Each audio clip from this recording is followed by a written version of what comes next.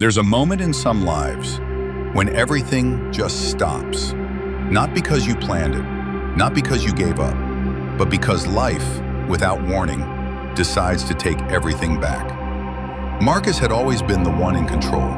He built a company from nothing, closed deals in glass towers, flew first class, spoke on panels about vision and scale. His calendar was always full. His phone never stopped buzzing, and his smile, it hid 1,000 tiny cracks. Until, one by one, the cracks gave way. And Marcus, he lost everything. But this isn't the story of a man's downfall. It's the story of what begins when the noise stops and something quieter starts to speak. The fall didn't happen all at once. It never does. First, it was the investors pulling out, then the lawsuit, then the sleepless nights, the look in his wife's eyes, the calls he didn't return, the ones that stopped coming altogether. Within 3 weeks, his company folded, his marriage collapsed, and Marcus found himself alone in a half-furnished apartment with no one to blame but himself. There were boxes he never unpacked, a couch too small to sleep on, a silence that clung to everything. He tried making a plan. That's what he'd always done, make a plan. But this time the whiteboard stayed blank.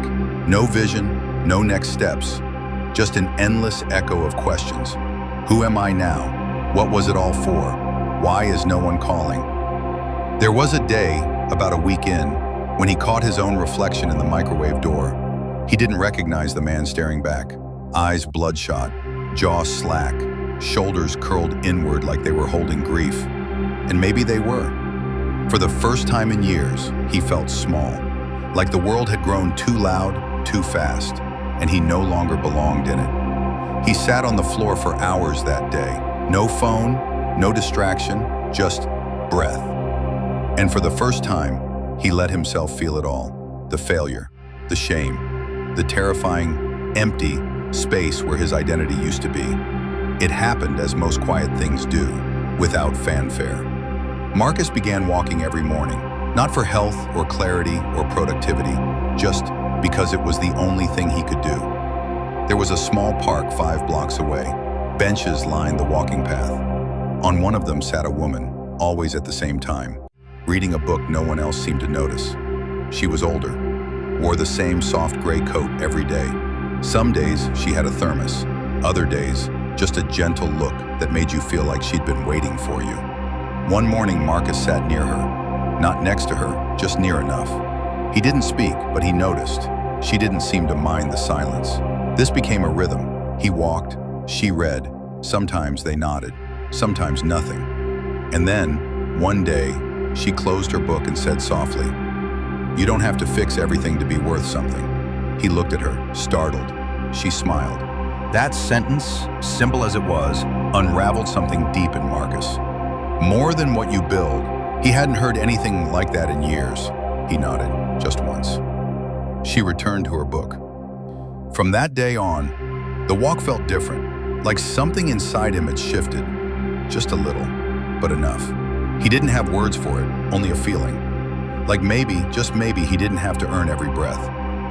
Marcus didn't make a plan. That was new. No 5-year goals, no urgent strategy, just a quiet willingness to begin again. He started small. The cafe near the park had a help wanted sign in the window. He walked in one morning, still wearing the blazer he used to wear on panels, and asked if they needed someone to wash dishes. The manager raised an eyebrow, but said yes. And just like that, Marcus found himself behind a counter, elbow deep in soapy water, surrounded by the clatter of mugs and the smell of cinnamon scones.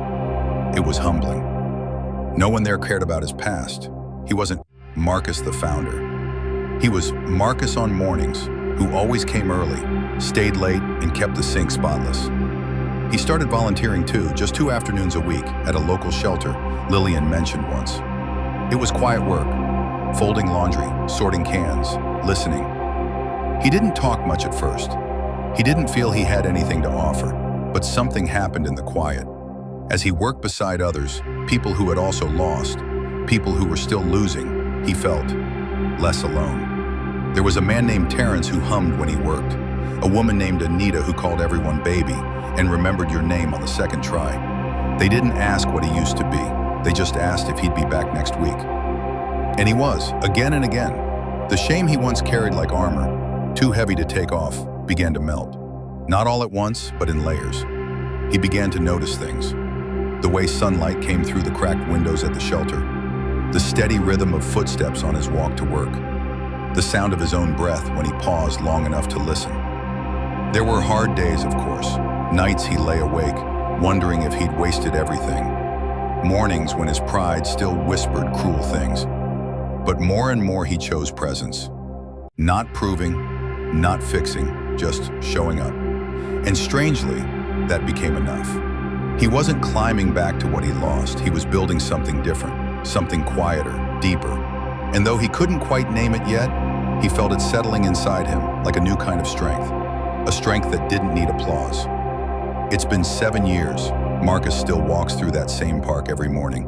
The bench is there, older now, worn smooth by weather and memory. Lillian passed away 2 winters ago.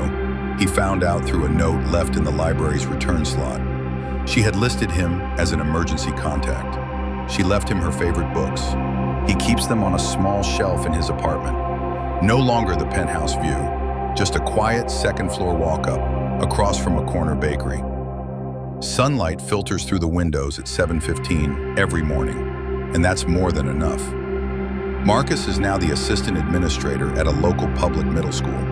He started part-time, filling in during recess duty. Then someone asked if he wanted to help with the mentorship program. He said yes. One yes led to another. Now he works quietly behind the scenes, organizing schedules, sitting in on parent meetings, fixing broken chairs when no one's watching.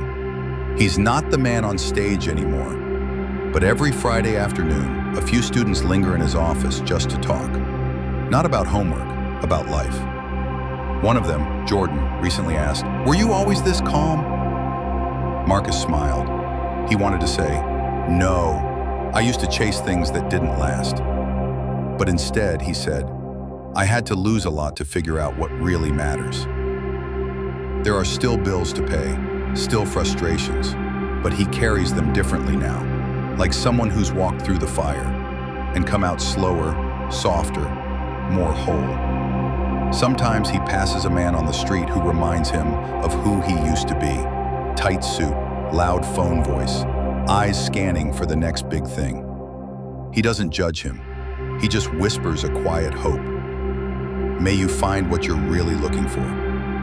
Because Marcus did, not in boardrooms or bank accounts, but in quiet rooms full of growing children, in the slow rhythm of days well lived, in conversations without ego, in mornings that begin with stillness. He failed, yes, but in that failure, something precious was revealed. His life wasn't over. It was finally beginning. There's a kind of strength that doesn't shout, a kind of victory that doesn't need to be seen. It lives in the way you rise again, not to reclaim old titles, but to become something truer. And if you're walking through your own season of loss, wondering if you've wasted too much time, take heart. Sometimes, the failure that breaks you is the very thing that brings you home.